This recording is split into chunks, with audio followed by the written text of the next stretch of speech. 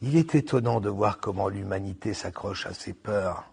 C'est la peur qui l'aveugle, l'emprisonne et qui la tue.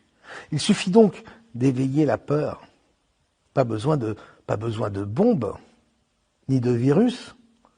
Un bon mensonge suffit. Juste faire croire que ça existe.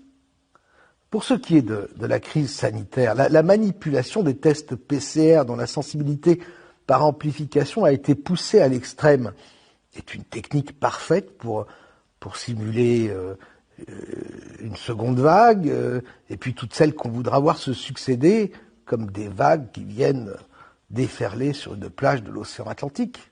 Il faut bien reconnaître que pour instaurer la peur, l'utilisation de ces tests est un coup de maître.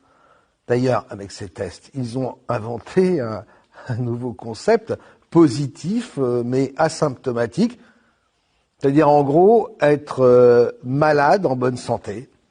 Pendant ce temps, la peur nous envahit et une fois l'humanité aux prises avec ses démons, il n'y a plus qu'à laisser faire, elle court toute seule à sa perte, aussi sûrement qu'un papillon se fracasse contre un pare-brise. Mais les peurs ne durent qu'un temps. Elles correspondent toujours à leur époque. Il y a toujours une usure qui s'opère, car l'humanité finit par se lasser de tout. Aujourd'hui, la menace d'une guerre nucléaire ne fait même plus peur aux enfants. Elle ne figure même plus dans le top 10 des peurs des Américains. Ça fait tellement longtemps qu'on nous la promet, tellement longtemps qu'on l'attend, personne n'y croit plus. Il est loin le temps où les Sims creusaient des abris anti-atomiques dans leur jardin. Il faut donc varier et renouveler régulièrement le marché de la peur. C'est ainsi que les gardiens du troupeau mirent fin à la guerre froide.